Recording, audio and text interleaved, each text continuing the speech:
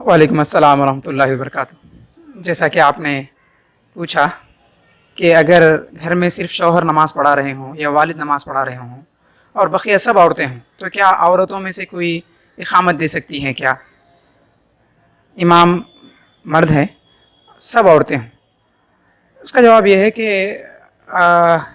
औरतों में से कोई भी इक़ामत नहीं देंगी अगर मर्द नमाज़ पढ़ा रहे हों, मर्द इमाम हों। इसकी दलील सहाबा कराम का इजमा है, सहाबा कराम का कॉन्सेंस है, सहाबा कराम का इत्तेफाक है इस मसले पर कि औरतें इक़ामत वग़ैरह नहीं देंगी जब मर्द नमाज़ पढ़ा रहे हों। उसके अलावा दूसरा मसला, क्या औरतें नमाज़ पढ़ते वक्त में इक़ामत और अज़ान दे करके पढ़ सकती हैं क्या? अज़ान और इक़ामत दे करके मर्दों की तरह पढ़ सकती हैं क्या? इसमें उलमा के दो कौल हैं।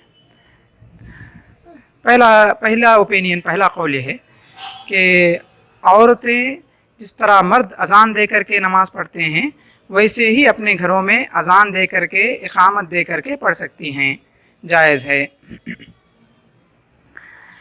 और ये सबसे सही कौल है, सही बात है कि अगर कोई औरत घर में इक़ामत और अज़ान दे करके नमाज़ पढ़ना चाहती है तो पढ़ सकती है। अलबत्ता उसकी आवाज़ धीमी होगी, उसकी आवाज़ बाहर तक नहीं जाएगी, उसकी आवाज़, औरतों की आवाज़ बाहर नहीं जाएगी, मर्दों तक नहीं पहुँचेगी।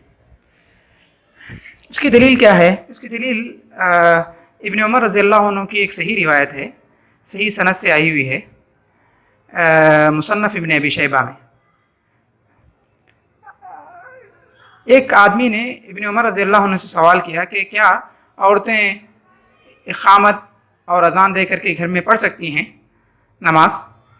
तो उमर रज़ियल्लाहु अन्हु गुस्से में आ जाते हैं, बोलते हैं आप ऐसा सवाल मुझसे क्यों कर रहे हैं? क्या मैं किसी को ज़िक्र करने से मना कर रहा हूँ? मैं कौन होता हूँ किसी मुसलमान को ज़िक्र करने से मना करने वाला? बोल के ऐसा गुस्से में आ जाते हैं। तो इससे पता चला कि अज़ान और इक़ामत का देना औरतों के लिए जायज़ है।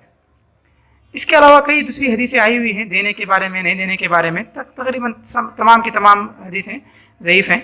ये एक ही रिवायत ऐसी है जो मुसन्नफ़ इब्न अबी शैबा वाली, जो कि सही है। सिद्दीक़ हसन क़न्नौजी एक बहुत बड़े मुहद्दिस गुज़रे हैं इंडिया के, वो अर्रौज़ुन नदिया नामी किताब में लिखते हैं कि औरतें तमाम दीनी काम मामलात में मर्दों की जैसी हैं। जहाँ जहाँ अल्लाह ने या अय्युहल्लज़ीना आमनू कहा है, ऑटोमेटिकली उसमें औरतें भी आ जाती हैं। हम ये नहीं बोलेंगे अल्लाह ने या अय्युहल्लज़ीना आमनू कहा है, या अय्युहल मुमिनात नहीं कहा, या अय्युहल्लाती आमन्ना नहीं कहा, बोल के हम तलाश नहीं करेंगे। बल्कि दीन के तमाम मामले में औरतें मर्द दोनों बराबर हैं। नमाज का तरीक़ा औरतों का मर्द का दोनों का बराबर है, रोज़ों का, हज का वग़ैरह सबका। जहाँ औरतें मर्दों से अलग होती हैं वहाँ पर अल्लाह रब कुरान के से या कहीं नबी करीम सल्लल्लाहु अलैहि वसल्लम से हमें हदीस चाहिए। अगर कहीं से कुरान से हदीस से दलील नहीं मिलती है, सहाबा से दलील नहीं मिलती है, तो हमें कुरान यानी औरतों के लिए और मर्दों के लिए अहकाम एक ही कहेंगे, एक ही तमाम के लिए साबित होंगी। यानी मर्दों के लिए अज़ान है तो औरतों के लिए अज़ान होने की दलील चाहिए क्या? सिद्दीक़ हसन क़न्नौजी कहते हैं कि दलील नहीं चाहिए। औरतें ना देने की दलील कुरान और हदीस से हमें साबित करना होगा। अगर कहीं कुरान और हदीस से हमें औरतें अज़ान और इक़ामत ना देने की सही हदीस साबित हो जाए तभी वो इक़ामत और अज़ान नहीं देंगी, वरना तो असल तो ये है कि दीन के तमाम चीज़ों में औरतें मर्दों के बराबर हैं, औरतें मर्दों के बराबर हैं। दूसरे उलमा का कौल ये भी है कि अज़ान और इक़ामत ये जमात के लिए है और जमात मर्दों के लिए है, औरतों के लिए नहीं है।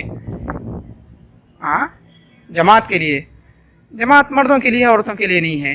ये बात सही नहीं है, ये बात सही नहीं है, क्योंकि अज़ान और इक़ामत सिर्फ जमात के लिए ही नहीं है। अगर तन्हा भी नमाज़ पढ़ रहे हों तो भी अज़ान और इक़ामत का देना मशरू है, अज़ान और इक़ामत का देना ज़रूरी है।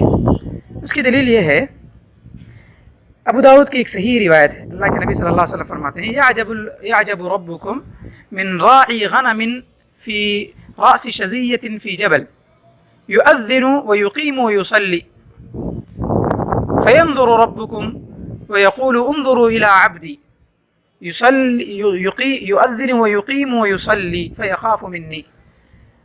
اس کا ترجمہ یہ ہے، ایک چرواہا بکریاں چرانے والا جنگل میں پہاڑ کے درمیان میں اکیلا ہوتا ہے، اور اکیلا ہو کر کے بھی اذان دیتا ہے، اقامت دیتا ہے، نماز پڑھتا ہے، تو اللہ رب العالمین کو اس کی ادا بہت پسند آتی ہے کہ اکیلا ہے، کوئی اس کو پوچھنے والا نہیں ہے، پھر بھی وہ اذان دے رہا ہے، اقامت دے رہا ہے، نماز پڑھ رہا ہے. تو اللہ فرشتوں کو گواہ بنا کر کہتے ہیں کہ یہ میرے خوف سے اس نے ایسے کام کیا، مجھ سے ڈر کے کیا، تم گواہ رہو، میں نے اس کو معاف کر دیا. اس حدیث کو رکھ کر کے علماء کہتے ہیں کہ تنہا اگر نماز پڑھ رہا ہو بندہ تو بھی اس کو اذان دینا ہے اور اقامت دینا ہے.